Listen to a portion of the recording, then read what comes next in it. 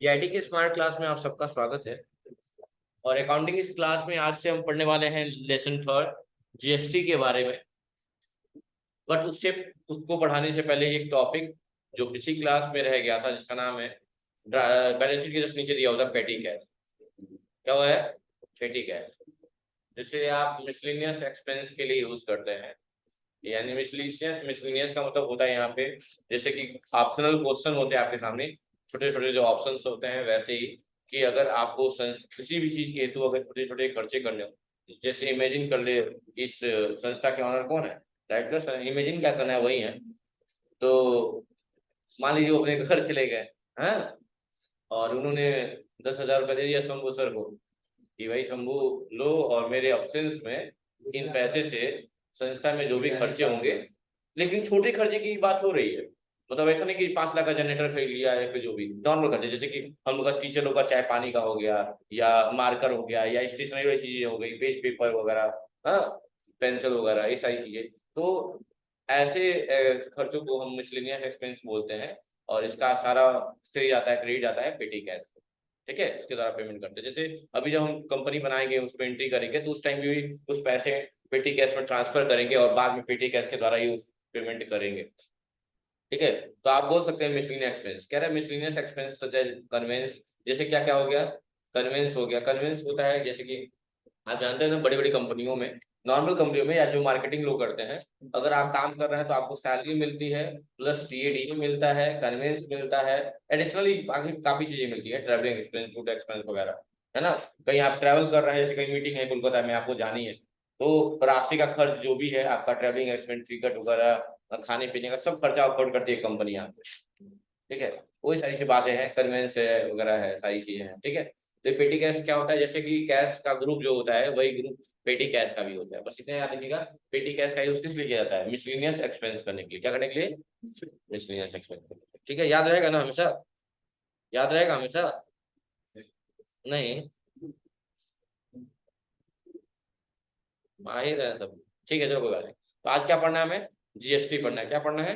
GST, जिसका पूरा नाम है गुड्स एंड सर्विस टैक्स। आप जानते ही हैं कब लागू हुआ था? 1 जुलाई 2017 को लागू हुआ था, और तब से चल ही रहा है, हैं?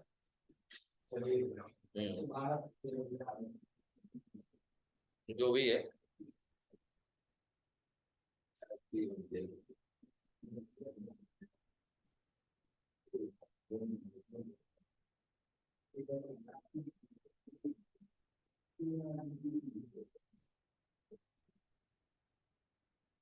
ठीक है, फिर आगे चले। अब ध्यान दीजिएगा। तो पहला क्वेश्चन तो लोग यही पूछते हैं आपसे, क्या जीएसटी से पहले भी कोई टैक्स यूज होता था? होता था। उसका नाम क्या था? वैट। क्या नाम था उसका? वैट। जीएसटी से पहले जो टैक्स यूज होता था, वो क्या था? नाम क्या था? वैट। लिखिए आप लोग, वैट नाम था। इसका पूरा नाम था वैल्यू एडेड।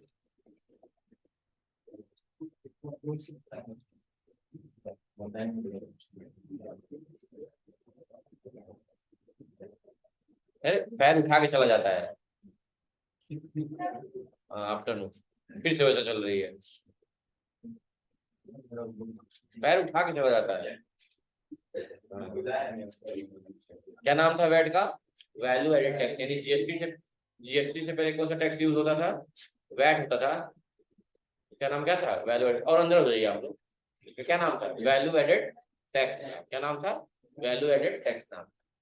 तो पहले इसी का यूज किया जाता था। लेकिन जानते हैं कि, एक बात बताइएगा, अगर हम कोई काम तुरंत कर लेते हैं, अगर मान लो ये हमको मार्कर वहां रखना है, उठ के हमने तुरंत कर लिया तो अच्छी बात है। अगर हम टालते हैं कि बाद में करेंगे, तो वो चीजें टालते ही रह जाते हैं।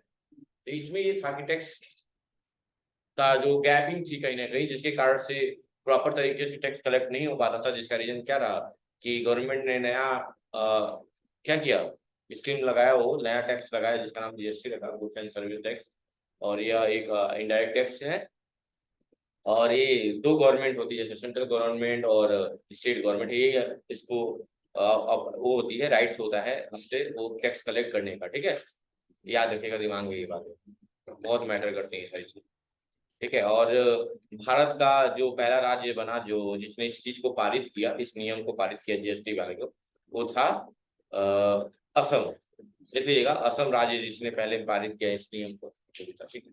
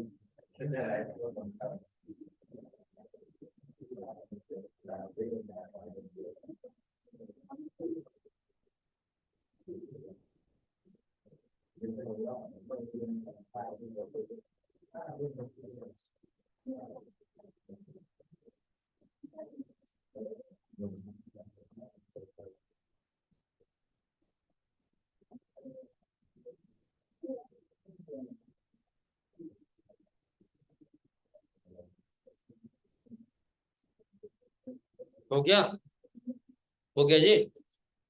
चलिए आगे चले।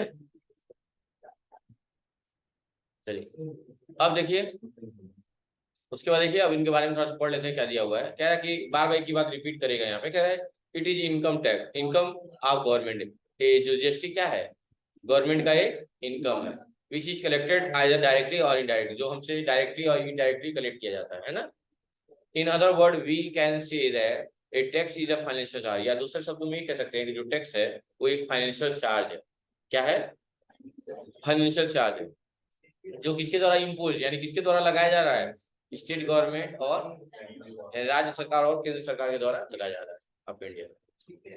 ए tax is a fee, tax क्या है? फी है, which is charge by government, जो किसके द्वारा चार्ज किया जाता है, लगाया जाता है गवर्नमेंट के द्वारा। किस पे लगाया जाता है? या तो पर्सन पे या फिर उसके बिजनेस यानी व्यापार। ठीक है। India is a federal country, India क्या है? फेडरल कंपनी है। Where both the central government and state government है तो power to levy the collected, जहां दोनों सरकार को, राज्य सरकार और केंद्र सरकार दोनों को यह पावर दिया गया है कि वो टैक्स क्या कर सकते हैं, कलेक्ट कर सकते हैं, टैक्स लगा सकते हैं और कलेक्ट भी कर सकते हैं। Before the GST according the power prescribed by the constitution, और सारे चीज का जो है वो संविधान में इसका जिक्र किया गया है ना।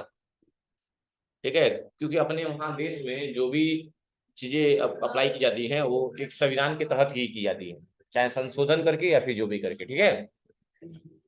और द करा the central government levy tax on manufactured output, जो सेंट्रल गवर्नमेंट होती है जब आप वस्तु उत्पादन करते हैं उस वक्त टैक्स लेती है, और जो राज्य सरकार होती है जब आप सामान को बेचते हैं तब टैक्स लेती है। समझ रहे हैं ना? यानी कि सेंट्रल गवर्नमेंट मैन्युफैक्चरिंग के ड्यूरिंग टैक्स लेती है, लगाती है, और स्टेट गवर्नमेंट या राज्य सरकार जब आप चीजों को बेचते हैं तब टैक्स लगाती है। ठीक है। और कितने टाइप के टैक्स होते हैं? दो, एक डायरेक्ट और एक इनडायरेक्ट। जहां दोनों की बात हो रही है कि मैंने टैक्स दिया और उनके तक ही रह गया तो डायरेक्ट टैक्स कहलाएगा, इसे प्रत्यक्ष रूप से करते हैं। जैसे कि मान लो हमने क्या किया, इनकम टैक्स फाइल किया, इनकम टैक्स फिल किया, इनकम टैक्स दिया किसको, गवर्नमेंट को, तो हमारे और गवर्नमेंट के बीच रह गया ना, इसके क्या बोलेंगे, डायरेक्ट बोलेंगे। लेकिन अगर हम कोई सामान खरीद रहे हैं, सामान खरीद रहे हैं तो हम उसको टैक्स दे रहे हैं, फिर हम सामान बेच रहे हैं तो उससे टैक्स ले रहे हैं, फिर वो भी जो करेगा उसको भी किसी को बेचेगा लेगा, यही करेगा ना। यानी ये चीजें इनडायरेक्ट टैक्स होती है। तो जीएसटी तो यही है ना। जीएसटी ये नहीं है डायरेक्टली बस गवर्नमेंट की बात खत्म हो गई, नहीं, हमने किसी और को दिया, हमने किसी और से लिया, फिर उसने किसी और को दिया, उसने किसी और को लिया, है ना। तो वही बातें हैं। तो जो जीएसटी है किस टाइप का टैक्स है, डायरेक्ट इनडायरेक्ट? हाँ, इनडायरेक्ट टैक्स कैसा है, इनडायरेक्ट टैक्स, दिमाग में करेगा ये बात।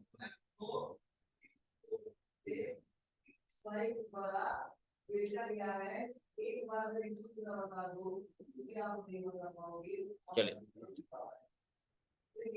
तो लिखा हुआ है, सुनिएगा ध्यान से। कह रहा है direct tax is a one which the incident आप टैक्स ले टू द सेम पर्सन, मतलब जिसका है उसी पर लगाया गया, बात खत्म हो गई। जिसमें which can not be shifted on another person, जहां किसी और पे वो चीजें शिफ्ट नहीं की गई, मतलब किसी और पर ट्रांसफर नहीं किया गया, तो क्या है, डायरेक्ट टैक्स है। लेकिन जहां टैक्स एक पर्सन से दूसरे पर्सन पे शिफ्ट होने लगे, समझिए वो क्या है, इनडायरेक्ट टैक्स है। जैसे एग्जांपल दिया है GST, VAT, GST, excise, services tax, ये सारे क्या है? इनडायरेक्ट टैक्स है। क्या है?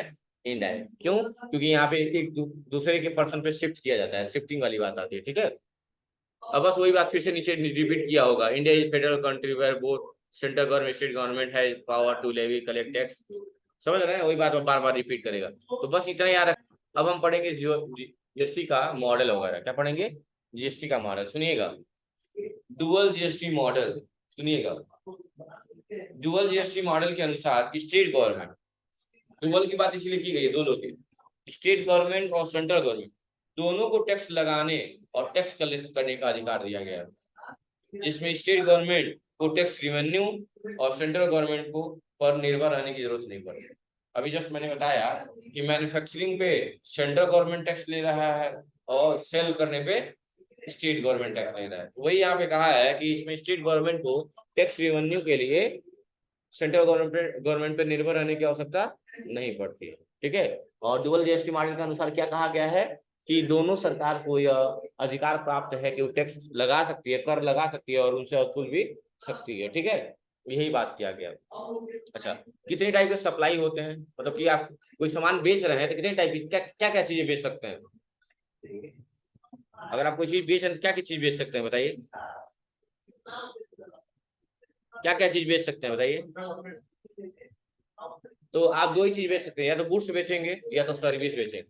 जैसे अगर हम फ्रिज खरीदिए तो गुड्स कहलाएगा, और फ्रिज को बनवाने के लिए कोई चीज बुलाए तो क्या कहलाएगा? सर्विस कहलाएगा। यानी आप दो ही चीज टाइप की सप्लाई कर सकते हैं, या तो गुड्स या सर्विस। ठीक है, अच्छा, बिजनेस अगर कर रहे हैं तो उसमें दो चीजें कॉमन क्या है? क्या? परचेज करना और सेल करना, दो चीजें कॉमन है। तो परचेज करते तो कोई सामान आता है कि जाता है? आता है तो इन होता है ना, इसीलिए इसको बोलते हैं इनवर्ड सप्लाई। इसको क्या बोला जाता है? Inward supply. और सामान बेचते हैं तो क्या होता है? जाता है, तो इसे क्या बोलेंगे? लिख लीजिएगा या दिमाग में रख लीजिएगा जो भी है।